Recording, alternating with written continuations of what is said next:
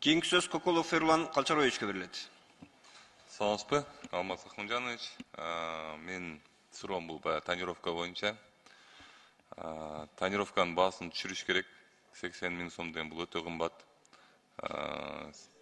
Айтып кетейин деген азыр ушул эл ушундай болуп калды. Мен тонировка боюнча сөз көтөрүп атсам, азыр айтып берет, сен проблемаң тонировка эле депчи. Бул проблема элди экиге бөлүп атат да. Байларга анан кийин акчасы жокторго бөлүп атат да. 80 миң сомду айыл жергесиндеги ар бир адам төлөй албайт. Бирок ал деле ошондой элдерге окшошуп жүргүсү келет андагычы. Тонировка чаптагысы келет. Бияка келгенде айтпадыңар беле, 30 миң, 40 миң сом болот ашып кетсе деп. Бул международный практика, мен буну билем. Ооба, башында кымбат кыласыңар да, каймактарды чогултасыңар да, анан кийин арзандатышыңар керек болчу. Бирок арадан 1 жыл өттү, дагы эле ошол эле баада турат да.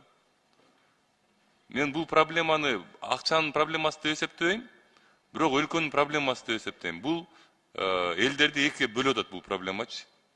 Акчасы бар, анан акчасы жокторго бөлүп атат да.